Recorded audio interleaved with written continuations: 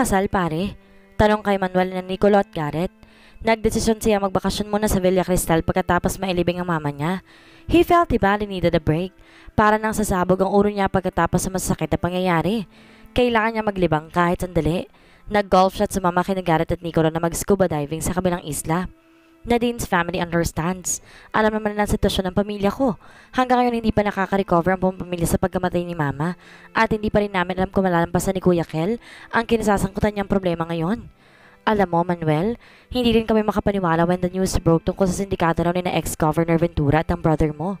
Sabi ni Nicolo, knowing your family, I myself could not believe na nangyayaring lahat ng to. Nasa isang nipa shed sila sa beach at kakatapos sama nila mag-jet ski.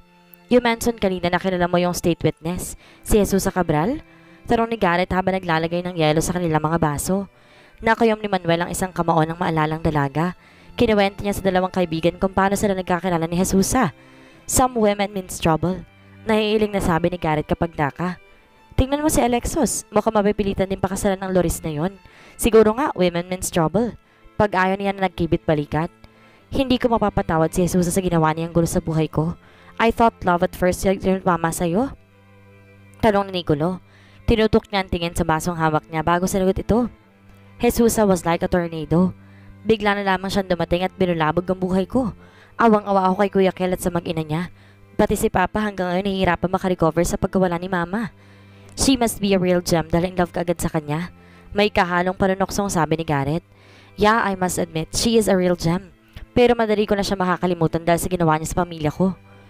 Kailan natin nire-reschedule ang wedding, Manuel? Tanong ni Nadine sa kanya. Inabutan siya nito sa fitness gym na nasa ground floor ng hotel. Pangatlong araw na niya sa Villa Cristal at hindi niya inaasahang darating ito. Tinignan lamang niya ito pero hindi niya itinigil ang ginagawang pag-workout. Kasalukuyan siya nagwe-weights. Malapit ng mahalata ang tiyan ko, Manuel. Pinagbigyan na kita i-postpone ang kasal natin. Pero kailangan ko makasiguro kung kailan natin yun itutuloy. Itinigil na niyang ginagawa. Tumayo siya at hinilang kanyang towel. You don't have to remind me again and again na may obligasyon ako sa iyo, Nadine. Sabi niya habang papunta sa kanyang locker. Naiinip ka na ba o naniniguro ka lang na hindi ako makakatakas sa obligasyon ko sa iyo? Okay, I will be honest with you. Baka lang ka ako makasilip ka ng paraan para makatakas sa akin. You don't own me, Nadine. Hindi pa tayo kasal kaya wala kang kontrol sa buhay ko. And you would never have kahit kasal na tayo. Kung sa'yo kaya nangyari ang lahat na nangyayari sa akin ngayon, you lost your mom. You have a brother in jail for an accusation he is innocent of. A father na hindi pa nakaka-recover. Pati ang pamilya ni Kuya Kel, responsibilidad ko ngayon.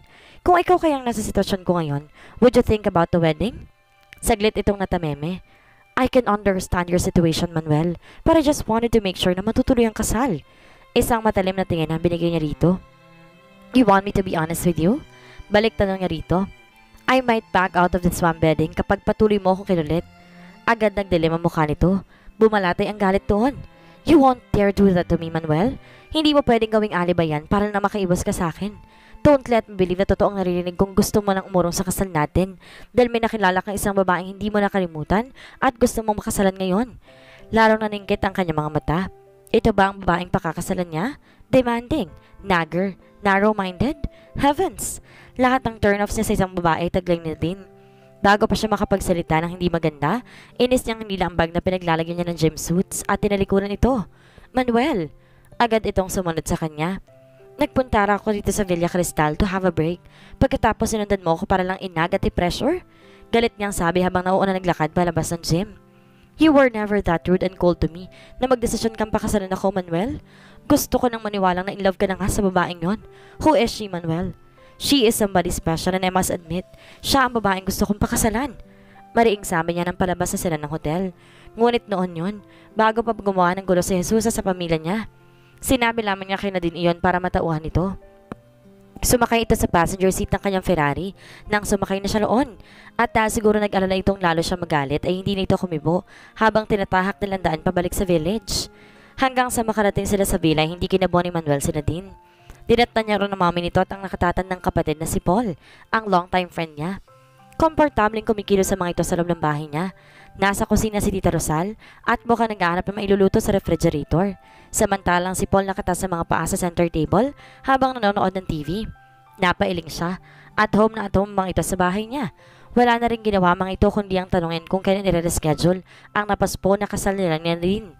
Nagtatanong ng close relatives and friends namin, Manuel. Hindi namin alam kung anong isasagot.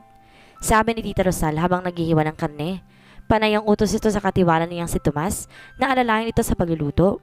Nagulo pa ang isip ko, Tita Rosal. 1 week pa lang na ililibing si Mama. Porma lang anyong sabi ni Manuel rito habang kumuha siya ng Gatorade mula sa refrigerator. Kung naiinip na sila, then kalimutan nila ang pag-attend sa kasal. Nakita niyang maang na nagkatinginan na mag-ina. If you'll excuse me, gusto ko lang mag-shower. Sabi niya bago tinalikuran ng mga ito at nagtuloy sa silid niya. Hindi niya nagustuhan ang pangungulit sa kanya ng pamilya ni Nadine at unti-unti nang nauubos sa interes niyang pakasalan pa ito. Dahil sa inis, iniwan ni Manuel ang mag-iina sa kanyang villa ng gabing yon pagkatapos niyang sumalo sa dinner ng mga ito. Bumisita siya sa villa ng mag-asawang Alan at ang kagampan ng si Jade. Espesyal ang nihandang dinner ng mga ito dahil birthday ni Chengay. Pinili ng mag-asawa na roon na mamalagi sa isla dahil fully developed na iyon. Bukod pa sa malapit ang sugar plantation doon at lumalaki na ang butik ni Jade. You have to decide once and for all, Manuel. Payo ni Alan sa kanya habang magkaharap sila sa coffee table na nasa lawn pagkatapos ng dinner. Panay ang hima sa Jade sa maumbok nitong tiyan. Si Chingay naman kung kumilos ay para siyang mati ni idol na iniidolo nito. Very vocal ito sa pagsasabing crush siya nito. Oo nga naman. Kung talagang hesitant ka ng pakasalan si Nadine, bakit hindi ka maging honest sa kanya? Segunda ni Jade. At sa sarili mo na rin. Dagdag pa ni Alan. What do you think, Chingay? Well, I can only speak for myself pero kung alam ko namang hindi ako mahal ng lalaki, hindi ko siya pipilitin pakasalan ako just because I'm having his baby. Pero iba si Nadine. Sabi niya, well, hindi ko masisisi si Nadine. Ako man na nasa posisyon niya, hahabulin din kita. Pabirong sabi ni Chingay na halatang gusto lamang pagaanin ang mood niya. Yun nga palang si Jesusa. How do you feel about her now? Interesadong usisa ni Alan. Damn her. Kung gaano ko siya kadaling minahal, ganon ko siya kadaling kinamuhian. Hindi ko siya mapapatawad at gusto ko na siyang burahin sa isip ko. Nagulat si Manuel nang lumipat sa silid niya si Nadine. Why are you surprised? Kakasal na naman tayo, hindi ba? At magkakarak na tayo. Inatadong napabuntuhan niya siya habang humihila ng pantulog mula sa closet. Hindi niya alam kung bakit ngunit hindi niya naibigan ang mga ginagawa nito. Hindi ka naman dati nag-i-stay dito sa kwarto ko kapag sa villa ko Pero magiging mag-asawa na tayo. Akala ko ba conservative ang pamilya mo? But I'm already pregnant. Sintonado naman kung mag-iinarte pa ako. Another turn off point para kay Nadine. Sa loob-loob niya. Nahiga ito sa tabi niya matapos halos maligo ng pabango sa harap ng dresser. She was wearing a see-through nightie matapos magtagal lang sa loob ng bathroom. Yumakap ito sa kanya. Hindi siya nakadama ng kahit kaunti mang desire para dito. Nadine was beautiful and sexy. Hindi pa halata ang tiyan nito dahil 4 months pa lang. Hindi niya gusto mang insulto o manakit ang damdamin ng babae. He was not that ungentleman and insensitive. Ngunit wala siyang maramdamang pangailangan kay Nadine. Silly pero si Jesus ang naalala niya ng mga sandaling iyon. He never felt such feverish desire na nadama niya rito sa kahit na sinong babae. Damn this feeling. Hindi ko na dapat pang isipin ng babaeng yon. Naramdaman niya ng hagkan sa Nadine sa punong tenga niya. She was trying to seduce her ngunit wala pa rin siyang maramdaman. Hinagkan niya ito and cupped her breast, trying to feel something, ngunit wala pa rin. Agad niyang itinigil ang paghalik dito. Muli siyang umayos ng higa tumitig sa kisame. Manuel, why? Kunot noong tanong nito sa kanya habang hinahaplos ang balikat niya. I'm sorry, Nadine, but I'm still mourning for my death. At sa dami ng problema ko ngayon, I'm not in the mood for this. At gusto niyang murahin ang sarili dahil sa Jesusa pa rin ang hinahanap ng kabuuan ng pagiging lalaki niya. 3 safe house ang pinaglipatan kay Jesusa para lang matiyak ang kaligtasan niya mula sa mga taong nagtatangka sa buhay niya. Noong una matapang siyang panindigan ng ginawang expose dahil suportado siya ng pamahalaan, ngunit itong huli parang gusto na niyang umatras dahil alam niyang lalo lamang lalayo sa kanya si Manuel at posibleng tuluyan itong mapuot sa kanya kapag nag-testify pa siya sa korte na posibleng magdiin pa sa kapatid nito. Ano? Gusto mo nang umurong? Hindi makapaniwalang bulalas ng abogado ng NBI na kausap niya ng umagang iyon. Nag-aalangan siyang tumango.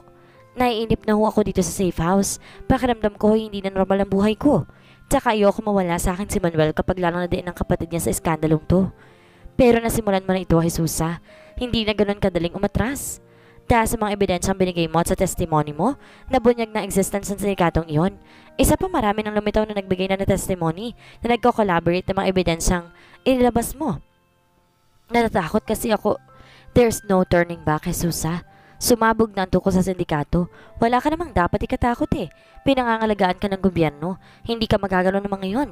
Tsak na hindi ka makakalaya ang mga asawa mo at ang iba pa niyang kasama. Ang feeling ko kasi matapos man ang lahat ng to, hindi na rin ako makakabalik sa normal na buhay. Sabi niya sa kausap. Bakit naman hindi? I will live in danger for the rest of my life dahil marami nang galit sa akin. Katulad na lang ng mga pamilya ng mga taong sangkot sa sindikato. Kung yun lang kinatatakot mo, marami ng paraan para hindi ka makilala ng mga taong magtatangka sa buhay mo. Like what? Like cosmetic or plastic surgery. The government can provide if you, kung i-request mo. Lalo pa kung tatagal ang malaki ang banta sa buhay mo. Malalaking tao na sagasaan mo sa expose mo, Jesusa. Kaya tutulungan ka ng gobyerno para mabagong itsura mo at hindi ka na makilala ng mga kalaban. You can even change your identity. Really? Hindi siya makapaniwala sa mga narinig. Yeah, kaya wala ka nang dapat ikatakot. Meron pa, ang galit ni Manuel. Makakaya kong harapin ang galit ng iba but not Manuel. He is everything to me. Kung ilang beses nagpadala si Jesusa ng sulat kay Manuel para paulit-ulit magpaliwanag na hindi niya gustong saktan ng pamilya nito, pati ng pakikiramay niya sa nangyari sa mama nito. Nagkita silang muli ni Rodel nung kailangan na siya na umarap sa proper court bilang star witness na magte-testify sa existence ng sindikato. Kahit anong pagsisikap niya, hindi niya maiwasan na matatalim itong tingin sa kanya. Puro ng puot at panunumbat ang mga mata nito nang maupo siya sa witness stand. Ngunit ang lalo nagpalamig sa dugo niya ay nang makita ang lalaking minamahal niya, si Manuel. Kasama pa nito ang pamilya nito. In that particular moment, nahiling niya yung sana'y may kakayanan tao, tulad sa pagong na itagong ulo. God, kung alam ko na magkakaganito, hindi ko na sinabi ng malalaman ko. Habang nagbibigay ng kanyang testimonya, ay hindi niya naiwasan magtama mga mata nila ni Manuel. At kung may namamatay sa matalim na titig, matagal na siyang bumulagta sa kinaupuan. Hindi niya halos maibok ang kanyang bibig. Pagkatapos ng hearing, napalibot na sa kanya mga escorts niya paglabas na ng gusali. At muling nagtama mga mata nila ni Manuel na noon ay palula na sa sasakyan nito. Hindi man ito magsalita, damang-daman niya ang panunumbat sa mga mata nito na para bang sinasabing ikaw ang may kasalanan ng lahat ng nangyayaring gulo sa buhay ng pamilya ko. Hindi kita mapapatawad, Jesusa. I hate you. Agad siyang nagyuko ng ulo. Habang pasakay siya ng official car ng NBI, kusa na lamang umagos ang kanyang mga luha. She had lost the man she loved. Kailangan mag-decide ka na ngayon, Manuel. Bago kami bumalik sa Maynila, kailangan may definite date ang kasal natin para may isagot naman ako sa mga friends and relatives ko. Parang sasabog ang ulo ni Manuel dahil sa inis sa pangungulit ni Nadine. Nasa beach sila ng mga sandaling iyon, kung saan siya naroon ay nakabuntot ito. Ito rin ang gumagawa ng paraan para tuluyang maubos ang turn-on points niya rito. Naniningkit ang mga matang tumayo siya mula sa pagkakaupo sa buhanginan. You know what, Nadine? The problem with you is that you nag me too much. At para may maisagot ka sa mga kaibigan mo nagtatanong kung kailan matutuloy ang kasal natin, tell them na kalimutan nila ang tungkol sa kasal. Napatda ito. What? I said forget about the wedding. You brute. Biglang tila, naging tigre ang magandang mukha nito. Hindi mo magagawa sa akin to. Magagawa ko na din. At para na rin sa kabutihan nating dalawa kung hindi na natin tutuloy ang kasal. Dahil alam kong walang pupunta na marriage na to. I will just support our child. Damn you! Damn you! Galit na pinagbabayo siya nito sa dibdib. How dare you do this to me? Ako pang pagmamalakihan mo? Mabuti nga tinahabol pa kita after the scandal na kinasangkutan ng kapatid mo. That was it. Doon na napuno at sumabog ang galit niya. You bitch! Alam mo ba kung bakit ayoko nang ituloy ang kasal? Dahil nakilala na kitang mabuti. You drove me away from you, Nadine. Mabuti na lang at hanggang maagay nakita ko ng tunay na kulay mo. I just pity my child dahil ikaw ang naging ina niya. Pagkasabi niyon, tinalikuran na niya ito. Biglang nakahinga na siya na maluwag. Wala na si Nadine sa buhay niya. Good riddance. Buong tapang na hinarap ni Manuel ang galit ng mga magulang ni Nadine, lalo ng kaibigan niyang si Paul. Ngunit agad niyang piniliwanag ang kanyang side, and he was sure that it was the right thing to do. Hindi naman niya pababayaan ang anak niyang isisilang ni Nadine, kahit paalisan siya ng karapatan dito. Paano kung totohanin nila na ang bantang alisan ka ng karapatan sa bata? Tanong ni Garrett sa kanya. Nanonood sila ng shooting ng isang pelikula na doon ginawa sa isla. Nagiging paboritong location place sa mga movie at TV producers ang Villa Cristal. May balita rin sa sunod na buwan ay isa namang foreign movie ang isushoot doon. And no less than Jean-Claude Van Damme ang pangunahing bida. Naghibit balikat siya. Ipaglalaban ko ang karapatan ko sa bata. Pero nagbanta silang ilalayo sa akin ng bata. Dadalhin daw nila sa States. Well, magkikita pa rin naman siguro kami ng anak ko in due time. At ipaliliwanag ko sa kanya na hindi ko gusto ang mga nangyari. Na mahal ko siya pero nagkataong hindi ko magawang mahalin ng mother niya. At ayoko na makisi sa isang pamilyang walang love between his parents. Hindi kayang talagang dahilan na hindi mapagpapakasal kay Nadine ay si Jesusa Cabral? Nakangiti si Garrett ng iba to ang naghuhuling tanong na iyon sa kanya. Bahagyang nagtagi sa mga bagang ni Manuel. Yes, aaminin niya. Madalas pa rin sumasagi sa isip niya ang dalaga. Ngunit hindi dahil namimiss niya ito. He despised her. Sa tuwing maalala niyang kanyang mama at may isip niyang nasa kulungan si Kel at naghihintay ng hatol, gusto itong durugin sa mga kamay niya. Pinagsisiyan niya ang gabing nagkatagpo sila nito. Pakiramdam niya ginamit lang nito ang lahat ng tao para makawala mula kay Rodel. At malas niya, isa siya sa nagamit. Nadawit pang pamilya niya. Hey, you didn't answer me. Untag na galit sa kanya. Sa halip na sagutin ang tanong nito ay nagbiro na lamang siya. Tingnan mo si Aramina. Nakatingin dito sa gawin natin. Mukhang tinamaan sa'yo. Siniko pa niya ito. Na-inlove yata yan sa boses mo kagabi. Hinandugan nito ng kanta sa cocktail lounge ng hotel ng mga artista, staff at crew ng pelikula noong nagdaang gabi. At maging ang mga ito ay kinilig sa international singer. Malas nila na isang lana sa isang babae ang puso ko. Ganting biro nito. Sino yung childhood sweetheart na hinahanap mo? Bilib din naman ako sa'yo eh. Parang siya na lang ang babae sa mundo. Bakit di mo pa siya kalimutan? Ang dami ng babaeng nagkakanara pa sa'yo. Malungkot na umiling ito. I know, makikita ko rin siya. Magkikita ulit kami. Gustong magtatanong ni Jesusa sa tuwa nang malaman niyang hindi natuloy ang kasal ni Manuel at Nanin. Alam mo ba kung bakit, Pilar? Kausap niya sa cellphone ng kaibigan. Hindi ko nga nalaman ang dahilan eh. Bigla ako nabuhay ng pag-asa, Pilar. Pag-asa ka dyan. Ikaw nga to may sabing halos kainin ka na ng buhay ni Manuel eh. Nabura ang ngiti sa mga labi niya. Hindi man nakasal si Manuel kay Nadine, malabo na rin siyang balikan nito. Dahil alam niyang napalitan na ng puot ang pagmamahal nito sa kanya. Dahil sa malimit na pagkakahilo at pagsusuka ni Jesusa, ipina-check up siya. Magtataltong ba na siya noon sa ilalim ng Witness Protection Program? Bigla siyang kinabahan. Hindi kaya buntis ako? Si Manuel agad ang naalala ni Jesusa dahil wala pa namang nangyayari sa kanila ni Rodel bago sila na-ambush. Biglang nagbalik sa isip niya nangyari sa kanila ni Manuel. That very unforgettable night. Si Manuel ang una at mananatiling si Manuel lamang. Bakit ho pregnancy test, doktora? Maangyang tanong sa doktor na pinagdalhan sa kanya. Kasi wala naman ako nakitang sakit sa iyo at ang mga nararamdaman may sintomas ng pagdadalang tao. Sintomas ng pagdadalang tao? Lord, paano nga kung buntis ako? You're married, hindi ba? Hindi niya binigay sa doktora ang totoong pangalan niya for security reasons. Kahit ang lumabas siya ng safe house, nag-disguise siya. Nakasuot siya ng wig, shades at malong na karaniwang gamit ng mga Muslim women. Yes, doktora, I'm married. Alanganin tugon niya. Yun naman pala, why worry? Kasi first baby ko ito kapag nagkataon. Hindi ko pa kasi ina-expect, doktora eh. Pag-aalibay na lamang niya. Ngunit ang totoo, abot-abot ang kaba niya. She would love to have Manuel's child pero iba ang sitwasyon nila.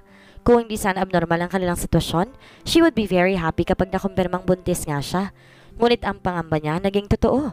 The doctor confirmed that she was more than 3 months pregnant. Aren't you happy? Nagtatakang tanong nitong napansin marahil ang pagkabaang niya. I'm happy, doktora. May good news ka sa husband mo pag uwi mo. Ito ang resulta ng pregnancy test mo. Mamaya sa dinner nyo, ilagay mo to sa gitna ng dining table. Kunwari ito ang main course. And I tell you, this would be the best surprise you could ever give to your husband. Yeah. Tumatangong pakli niya. Thank you, doktora. Pakiramdam ni Jesus na lalo lumaki ang kanyang problema pagkalabas na ng klinik. Anong gagawin ko? Sasabihin ko ba kay Manuel ang tungkol sa kondisyon ko? Paano kung hindi niya tanggapin ang batang ito dahil galit sa akin? Kailangang malaman ni Manuel ang kalagayan mo, Jesusa. Suhestyon ni Pilar sa kanya. Magkausap sila sa cellphone. Malaki ang galit niya sa akin, Pilar. Paano pang sabihin ko sa kanya? Paano kung madami ang bata sa galit niya at tanggihan niya? Maaawa lang ako sa anak ko. Malay mo naman baka mawala pang galit niya sa'yo kapag ka nalaman niya na buntis ka. Kung gusto mo, gumawa ka ng sulat para sa kanya. Ako ang bahala magbigay. Saka ko na lang siguro sasabihin sa kanya kapag humupa ng galit niya sa akin. Pero anak din niya yan at dapat niyang malaman. Natatakot nga akong tanggihan niyang anak namin. Baka isipin pa niya ginagamit ko lang to para mawala ang galit niya sa akin. Alalahanin mo, nakakulong ang kapatid niya dahil sa akin. Sa tingin mo, yan ang tamang gawin mo, Jesusa? As of now, I think this is the best thing to do, Pilar. Mr. Manuel Manzano? Napalingon si Manuel sa likuran niya na marinig ang tinig na tumawag sa pangalan niya. Pasakay na sana siya sa kanyang Ferrari galing na Manzano Towers. Bakit? Tanong niya sa babaeng nalingunan. Natitiyak niyang hindi niya ito kilala. I am Pilar, best friend ni Jesusa. Sumadya ako sa inyo dahil may gusto sana akong sabihin sa inyo. Nagsalubong ang mga kilay niya pagkarinig sa pangalan ni Jesusa. I'm not interested kung ano man sasabihin mo. Kung inutusan ka niya para magpaliwanag ng side niya, I'm sorry. But I don't want to have anything to do with her. If you will excuse me, nagmamadali ako. May sinasabi pa ito ngunit hindi niya ito naintindihan dahil nagmamadali na siyang lumuran sa kanyang sasakyan. Marinig lamang niya ang pangalan ni Jesusa, nag-iinit ang ulo niya. Ayaw na niyang makarinig pa ng kahit ano tungkol dito. I'm sorry kung naging intrimitida ako, Jesusa, pero gusto ko lang makatulong sa'yo. Naawa ako sa biging baby mo kaya pinuntahan ko na si Manuel nang hindi nagpapaalam sa'yo. Paliwanag ni Pilar sa kanya ng tawagan siya nito at ipagtapat ito ang tukol sa paglapit ito kay Manuel at ang pang-isnab ng binata. Hindi naman ako nagtatampo sa iyo, Pilar. Pero nakita mo, tamang kinatatakutan kong hindi magpapakita ng interes si Manuel sa pinagbubuntis ko. And I can't blame him. Alam kong wala na siyang pakialam sa akin mula nang mamatay ang mama niya. Isang bagay na lamang gusto niya mangyari. To get out of this mess para makapamuhay na siya ng normal. Natapos na rin ang pagiging state witness niya sa loob ng 2 buwan. Aalis na siya ng safe house. Naghihintay na lamang si Rodel at Ezekiel Manzano na matapos ang pagdinig sa kaso habang nakakulong. Nakatitiyak na siyang mahahatulan ng mga ito. Ngunit sa isang sulok ng isip ni Jesusa, ipinalangin niyang sana nga ay hindi totoong involvement ng kapatid ni Manuel sa sindikato. Sana kapangalan lamang, para hindi naman tuluyang mapuot si Manuel sa kanya. Few months from now, I will give birth to this baby. Sabi niya sa kausap na abogado mula sa Department of Justice. And I have all the reason para mabuhay ulit ng normal. Para sa baby ko, natatakot ako para sa kanya. Ang pinakamainam may sasuggest namin sa iyo ay ang pagpapalit mo ng identity. New appearance, new name. New personal circumstances. Kung payag ka ibabaguhin ng itsura mo through modern plastic and cosmetic surgery. Gayon din ang pangalan mo, address and everything.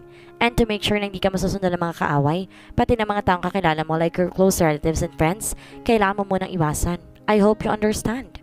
Napabuntong hininga si Jesusa. Nagbabago siya ng anyo, ng pangalan, na iba pang detalye ng pagkatao niya at pati ang mga taong malapit sa kanya, kailangan muna niyang iwasan. Mahirap yata yon. Sa buong buhay niya nun lamang siya nakaramdam ng ganong feeling na parang kailangan niyang talikuran ng dati niyang pagkatao. Para na kami ni Manuel. Jesusa, payag ka ba sa option na yon? Untag sa kanya ng kausap. Do you think it's the best way para makapamuhay ulit ako ng normal? Tanong niya rito. That's the best we could advise you. At susuporta naman ang estado ang pagpapalit mo ng identity at insurance. Sasagutin ng lahat ng gastos. Maraming ospital dito sa Pilipinas na nakakagawa ng modern plastic surgery. Ilang beses na itong nagawa sa ibang bansa. Nahulog siya sa malayang pag-iisip. Kung hindi siya papayag sa solusyong isinasadya sa kanya, paano siya makakapamuhay ng normal? Alam niyang marami ng taong gustong patayin siya pagkatapos sa expose niya at ayaw niyang madamay na sinapupunan niya. Kung papayag ako mapalitan ng anyo ko, pati si Manuel hindi na ako makikilala. Ano kaya ang gagawing desisyon ni Jesusa? Magpapalit pa siya ng katauhan para maitago ang tunay niyang pagkatao sa mga taong nais makaganti sa kanya? Ano kaya mangyayari sakaling mag-cruise muli ang landas na Manuel? Makilala kaya siya nito? Malaman kaya ng binata na nagkaanak siya kay Jesusa? Yan ang ating aalamin sa susunod nating kabanata.